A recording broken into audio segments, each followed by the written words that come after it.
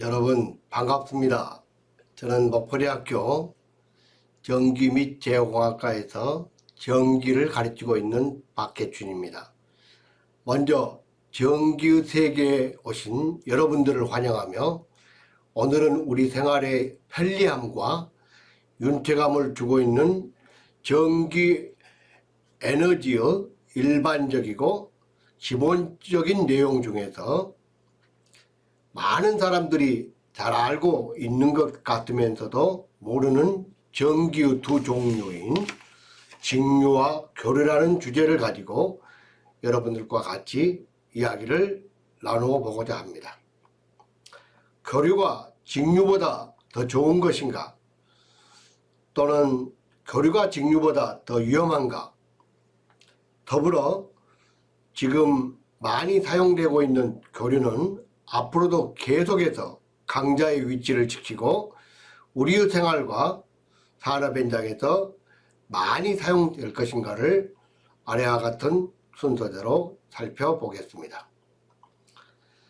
전기는 우리에게 꼭 필요한 에너지로서 BC 600년 전에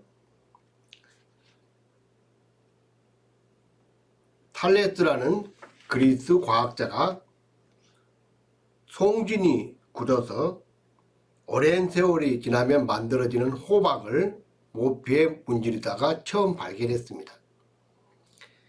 그리고 머리카락이나 먼지가 호박에 붙는 것을 전기 현상으로 이야기했는데, 이것은 마찰전기, 또 우리가 잘 알고 있는 정전기라고 말하는 것으로 전기의 처음 발견이 되겠습니다. 여러분들도 탈레스 과학자처럼 우리 주변에서 일어나는 재미있는 현상을 처음 관심 가짐으로 유명한 발견자가 되기를 바라며, 자, 그러면 전기라는 일렉트리서티는 바로 호박이라는 뜻을 가진 그리스어 일렉트론에서 유래됐음을 말합니다. 현재 왼쪽 그림 밑에 마찰전기는 여러분들이 머리카락을 이렇게 빗을 때나 옷을 입고 벗을 때 바로 물체가 뛰는 전기를 가끔 경험할 수가 있습니다. 그래서 이때 마찰전기가 발생되는 것이고, 지금 오른쪽에 있는 사진은 우리 전 세계의 지구를 이렇게 펼쳤을 때, 또 야간에 불이 들어왔을 때의 모습을 만들어 놓은 사진이나 마찬가지입니다. 약간 과장된 내용이 있지만 앞으로 전 세계에 이렇게 불이 밝혀질 야간 모습을 보여주고 있습니다. 자, 다음으로 전기가 무엇이며 전기가 어떻게 만들어지는가 알아보기 위해서는 우리는 먼저 물질의 구성을 알아봐야겠습니다. 모든 물질은 분자나 원자로 결합되어 있으며 우리 사람도 분자나 원자로 이루어져 있습니다. 그래서 원소 주기율표에 이와 같이 많은 단일 원소가 원자로서 표기되어 있죠. 자, 원자는 외부적으로 봤을 때 전기적으로 중성입니다. 그래서 원자의 구조를 리튬이온을 가지고 살펴보았을 때 지금 중성자와 양성자로 되어 있는 원자핵, 그래서 양성자가 양전하를 띠겠죠. 그리고 그 주위를 이렇게 음전하를 띠고 있는 전자로 구성되었음을 이야기하고 있습니다. 자, 리튬이온 여러분들이 많이 들어봤죠. 그 이온인 경우에는 전자가 하나가 더 많고 또 적고에 따라서 리튬이온이라고 할 수 있습니다. 일단은 원자는 양전하와 음전하로 이루어지고 여기서 바로 음전하를 전자라고 합니다. 자, 그 원자 구성에서 제일 바깥에 있는 전자를 이렇게 자유롭게 운동할 수 있다 해서 자유전자라고 부르죠. 현재 이 원자 모델은 전기가 잘 흐르는 금속인 구리의 원자 모델입니다. 여러분들이 현재 원자 번호가 29번이니까 제일 바깥에 1개, 그 다음에 18개, 그 다음 8개, 그 다음 2개. 그래서 우리가 물리에서 여러분들이 KL, MN 각이다 하는 말을 들어보았을 겁니다. 결국 진공속 또는 물질의 내부를 자유로이 운동하는 자유전자, 이 자유전자야 바로 움직임으로 인해서 전기 에너지가 만들어지는 겁니다. 자, 그래서 지금 현재 금속에서의 전류가 흐르는 경우를 살펴보면 자유전자는 특정 양이온에 고정되어 있지 않고 모든 양이온 사이를 자유롭게 움직이며 금속 양이온들을 결합시키는 겁니다. 그런데 전류가 흐르게 되면은 우리가 여기에 오른쪽에 마이너스 극, 왼쪽에 플러스 극을 연결했을 때 전자가 마이너스 극에서 서로 우리가 반발력도 생각할 수 있죠. 플러스 극으로 이동함으로 인해서 전류는 전자의 흐름과 반대 방향으로 흐른다. 반대 방향으로 바로 우리가 전류의 흐름을 전자의 반대 방향으로 흐른다로 서로 이해하고 있는 겁니다. 자, 그래서 방금 전자의 흐름이 전류 에너지를 만든다 그렇게 이야기했는데, 그 전류는 또 직류와 교류 두 종류로 크게 나눌 수가 있습니다. 그래서 오늘의 주제인 직류와 교류를 이제 지금부터 같이 보기로 하는데, 직류는 이와 같이 시간이 지남에 따라서 전류 세기가 크기가 일정하고 방향도 일정하다. 자, 1.5V 건전지다 그러면 이 1.5V 전압이 되겠죠. 그 전압에 또 부하의 전류를 이렇게 계산해서 바로 전류 세기도 일정하다 그러죠.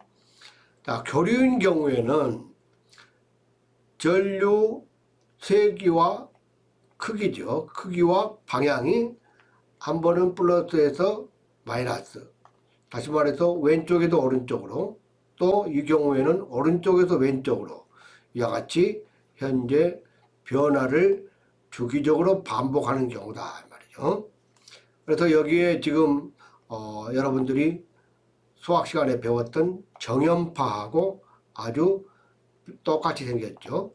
그래서 교류에 분석할 때는 정연파 분석을 가지고 우리가 살펴봅니다.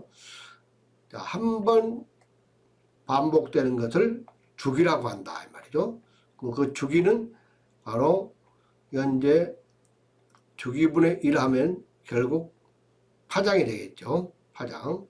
이 파장은 또 다른 말로 하면 우리가 지금 현재 F분의 C에서 빛의 속도 나누기 주파수가 바로 거기에 파장이 되죠. 자, 그래서 우리가 일반 가정에서 사용하는 주파수를 상용 주파수라고 하는데, 그 상용 주파수가 60Hz죠. 그래서 여러분들이 여기다 60Hz, Hz하고 똑같은 단위는 이게 한 번 하는데 사이클이라고 그러죠. 2번, 3번. 그래서 결국 1초에 몇 번 사이클이냐. 그래서 60 사이클 퍼 세컨드로 마찬가지겠죠. 그래서 60Hz 하면은 이 시간이 얼마가 되죠? 결국 50Hz라고 보면은 계산하기 쉽게 하면은 50분의 1이니까 0.02초가 바로 주기가 되겠습니다. 자, 그래서 이와 같이 직류와 교류는 크기와 방향이 일정한 직류, 그 다음에 교류, 크기와 방향이 일정한 주기로 변화하는 전류, 이것을 교류를 한다. 여러분들이 이해하면 되겠습니다.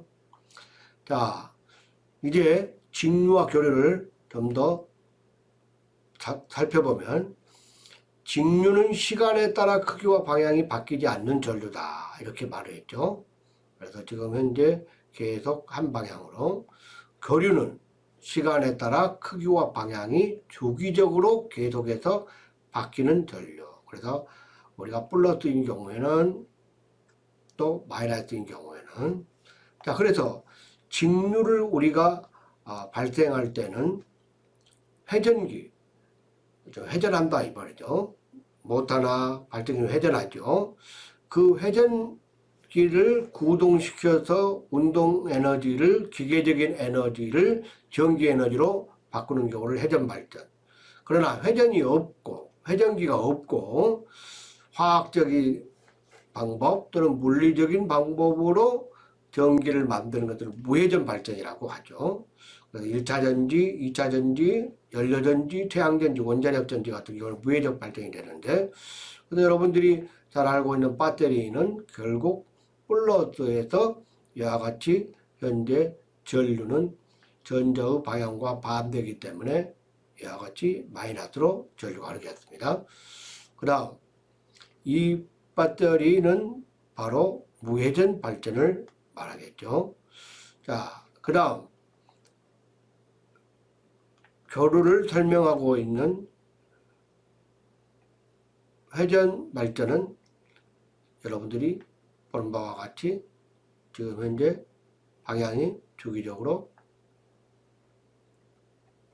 한 번은 왼쪽에서 오른쪽으로, 한 번은 오른쪽에서 왼쪽으로 전자 흐름. 자, 전류 방향은 당연히 반대로 이루어지겠습니다. 자, 그러면 그러한 교류와 직류를 발전하는 발전기를 더 자세히 살펴보면 역학적 운동 에너지를 말하죠. 전기 에너지로 변환하는 기계를 발전기라. 그래서 발전기는 변환된 전기 에너지의 종류에 따라 나누는데, 결국 이와 같이 지금 보면은 한쪽 방향으로 또 그 다음 다른 방향으로 이와 같이 할 수 있는 것은 브러쉬와 슬림링에서 한쪽은 바깥쪽으로 한쪽은 안쪽으로 해서 이와 같이 교류는 전기 세기와 방향이 바뀌고 주기적으로 반복될 수가 있죠. 자, 그 다음 직류 발전기는 보면은 이와 같이 브러쉬, 그 다음에 정류자편으로 구성됐는데, 결국 절반에서 한쪽으로 들어온 회전했을 때, 그 다음 회전에서도 똑같이 이와 같이 전류 방향이 일정하게 갈 수 있도록 하고 있고, 또 전류 세기 변화도 이와 같이 일정하게 이렇게 주기적으로 반복될 수 있도록 만드는 발전기를 말합니다. 물론 우리가 이제 앞에서 전류 세기가 일정하다 했을 경우에는 이와 같은 여러 가지 방법 중에 현재 여기서는 평활 에러를 써서 이와 같은 맹류를 직류로 만드는 것을 보여주는 것이 되겠습니다. 자, 그러면 발전기에서 만들어진 전기를 교류나 직류로 우리 일반 가정이나 또 산업 현장에 어떻게 오는가 한번 살펴봅니다. 지금까지는 직류에 비해 전압을 높여서 장거리 송전이 쉬웠던 교류가 100년 넘게 세계 표준 송전 방식으로 자리 잡고 있습니다. 그래서 발전소에서 보통 한 23 kV 정도로 발전기에서 만든 것을 변압기를 사용해서 송전설로 결국 765, 345, 그 다음에 154 kV, 그러니까 765, 345, 154라고 하죠.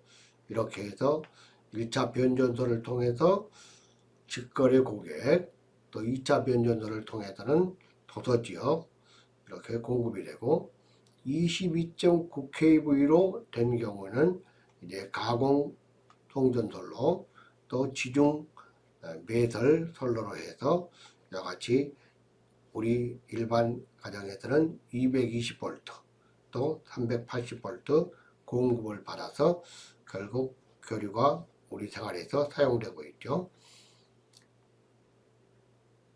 그와 더불어 직류송전은 최근 전력 반도체, 전력 전자 소자라고 하죠. 우리가 기술의 발달로 전압 변환이 용이해지면서 전력 손실이 적고 송전 거리의 제약이 없는 직류가 각광을 받기 시작을 했다 이 말이죠. 그래서 아까 앞에서 교류 송전에서 보내던 765, 345, 154 케이블에서 그 이전에 변환소에서 교류를 직류로 바꿔줌으로 인해서 전력 손실이 적고 또 송전 거리를 500에서 700km 이상 보낼 수 있는 직류 송전탑을 통해서 직류 송전을 한다 이 말이죠. 그리고 다시 사용하고자 하는 그 앞에서 변환소에서 직류하고 직류를 교류로 바꿔주는 변환기를 써서 바꿔줌으로 인해서 다시 우리 일반 수용화에서 AC 계통에서 사용을 하고 있다. 그래서 이와 같은 직류 송전이 지금 현재 최근에 많이 설치가 돼서 전기를 송전하고 있죠. 자, 교류 송전과 직류 송전을 다시 한번 역사적으로도 확인해 보면 1880년대에는 교류 송전 기술이 굉장히 우세했습니다. 그때 여러분들이 알고 있겠지만은 테슬라가 변압기라든지 또 삼성 유로 전동기 실용화를 가져오게 함으로 인해서 결국 에디슨이 발명한 직류 전동 시스템, 이러한 직류 송배전 방식을 교류 송배전 방식이 더 앞설 수가 있었죠.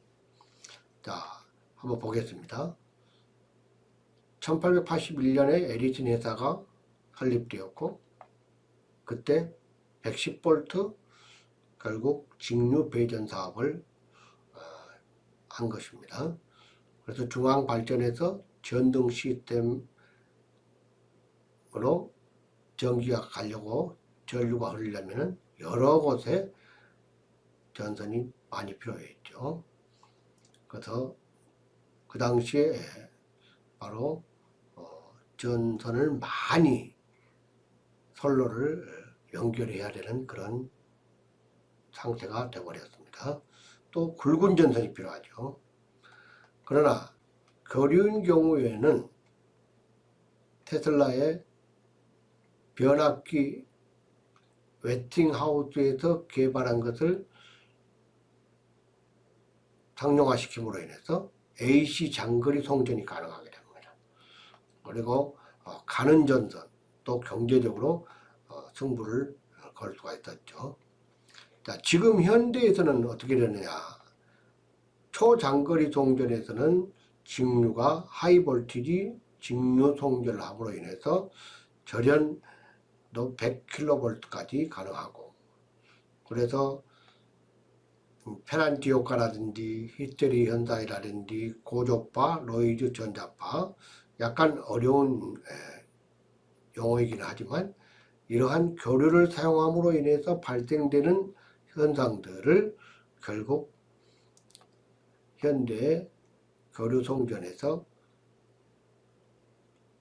문제점으로 이야기를 하게 됩니다. 그래서 직류 송배전을 더 지금 각광을 받고 있겠는데, 여기 보시면은 지금 현재 교류 송전이 바로 직류 송전으로 이러한 형태로 바뀌고 있음을 보여주고 있습니다.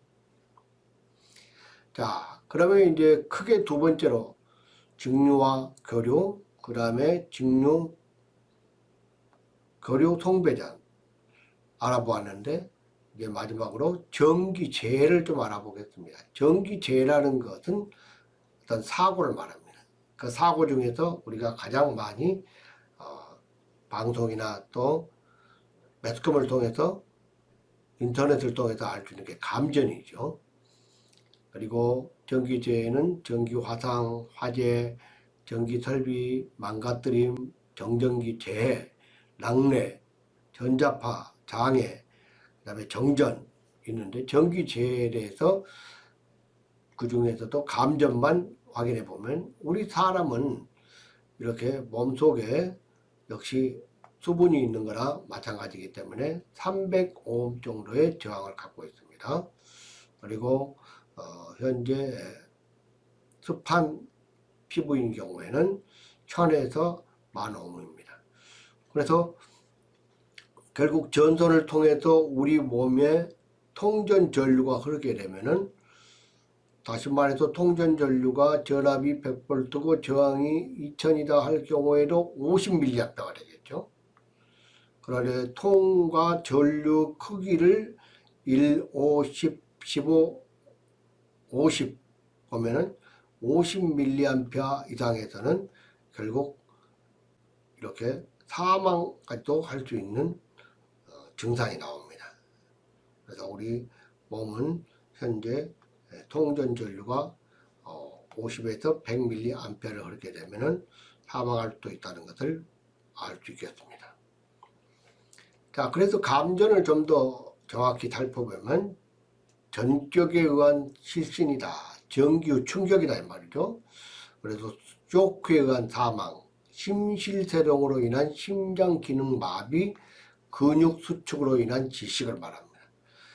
전류 발열 작용에 의한 체온 상승으로 인한 사망, 그 다음 전류 작용에 의한 국소 화상, 조직의 파괴, 감전 쇼크에 의한 추락, 전도 장애. 자, 이러한 감전이 결국 사람 몸을 다시 우리가 왼손에서 가슴, 오른손에서 가슴 보면 어떤 게 더 KH가 높습니까? 위험도를 나타내는 기수인 KH가 왼손에서 가슴 쪽이 더 현재 1.5로 더 높죠. 자, 그래서 우리가 항상 물건을 할 때는 오른손에서 가슴으로 전기 설비를 잡는 게 더 좋다는 그런 결론이 나와 있습니다. 자, 감전 시 인체 영향을 보면은 방금 앞에서 보았던 통전 전류의 크기 50mA 이상이 되면은 사람들이 감전사로 죽을 수 있다고 그랬죠. 그 다음에 통전 시간의 크기, 그리고 통전 경로, 이렇게 세 가지가 인체에 미치는 영향을 결정하는데, 우리 위험 요소를 한국산업안전공단에서 좀 더 정확히 분석해 놓은 내용에 보면 전원의 종류에 따라서 직류 또는 교류에 의해서도 차이가 난다, 이렇게 지금 언급이 되어 있습니다. 자, 그래서 직류 감전과 교류 감전을 확인해 보면 강한 전류, 높은 전류하고 똑같은 경우죠. 직류와 교류 다 위험합니다. 하지만 약한 전류, 보통 수백 볼트 이하에서는 근육 경련이 발생하는데 이때는 교류가 훨씬 위험한 겁니다. 우리가 한번 생각해 봅시다. 지금 위에서도 그동안에 우리가 전기안전성을 만든 동영상을 내가 지금 이렇게 연결해 놓았는데, 1초에 60번 흔드는 것과 사람을 잡고 한쪽으로 밀거나 당기고 있는 것, 어느 쪽이 더 강한 충격을 받을 수 있을까요? 교류는 수십 번 경련이 발생하면서 심장 박동에 이상을 주지만 직류는 순간적인 경련만 줄 뿐 반복되는 경련이 없기 때문에 다소 안전한 겁니다. 즉, 교류 전압에 의한 감전이 직류 전압에 의한 감전보다 위험하게 되겠습니다. 결과적으로 교류가 직류보다 더 위험한 겁니다. 그리고 저압이라는 말은 낮은 전압을 말하죠. 감전이 되면 사람이 달라붙게 되고, 고압, 예를 들어서 우리가 154, 345 케이블에 감전이 되면 사람이 튕겨 나갈 수도 있겠습니다. 자, 이제 마지막 정리를 해보겠습니다. 교류송전의 문제점은 많이 있고, 지금 현재 그 문제점을 해결할 수 있는 직류송전이 안정적으로 인식되고 있습니다. 자, 19세기 말만 해도 테슬라가 고압으로 먼 거리 송전이 가능하고 가는 전선을 가지고 설비비가 적게 들어가는 교류 송전 기술이 승리를 했습니다. 그 대신에 에디슨이 주장하는 전력 손실이 적어 효율적 사고난 전력망을 분리해 대정전을 방지할 수 있다. 이렇게 주장했던 직류 송전은 19세기 말에는 지금 현재 다시 달라졌다는 것을 말하는 겁니다. 그래서 특징이 뭐냐면 시간이 지나도 전류와 전압이 일정하다. 건전지 그리고 휴대폰 배터리, 전기자동차 배터리 우리가 직류를 많이 접하고 있었죠. 자, 그러나 교류는 주기적으로 플러스와 마이너스 극이 바뀌어 극이 없어 보이고 시간에 따라 전류와 전압도 달라지죠. 지금 현재는 산업용, 가정용에 쓰이는 전기로서 가전제품에서 직류를 사용하는 경우에는 내부 장치를 통해서 직류로 바꿔서 우리가 가전제품, TV나 또는 다른 장치들을 쓰고 있는 거죠. 자, 그래서 지금 현재는 하이 볼티지 다이렉트 커런트라고 해서 HVDC 고압 직류 송전을 말하는데 결국 화력이나 원자력 발전소 등에서 터빈을 돌려 만든 교류 전기를 직류로 바꿔 먼 곳까지 송전한 뒤 마지막 수요처에서는 원래 교류로 바꾸는 방식을 직류 송전 방식이라 한다. 그랬어요. 자, 이제 결론을 내보겠습니다. 교류 송전에서는 이상 전류가 발생되는데 그 이상 전류를 예측하기 어렵죠. 또 송전선로 하나만 끊어지더라도 다른 전력망에 미치는 영향을 제어하기가 어려워서 정전의 위험성이 있습니다. 또한 무효전력이 생성되면 송전선로의 거리가 증가할수록 송전 용량이 감소하는 것이죠. 주파수대가 다른 송전 계통과 전력을 주고받을 수 없어 전력 계통 사이 연계가 불가능하다. 결국 이러한 송전에 있어서 교류 송전은 단점을 갖게 되면 반대로 직류 송전은 그런 단점을 극복할 수 있겠죠. 그래서 직류 송전 방식은 500에서 700km 이상의 장거리 대전력 수송, 또 해저 케이블, 계통 간의 비동기 연계와 주파수가 서로 다른 두 계통의 연계 등에 유리합니다. 그래서 정규 신기술에는 지금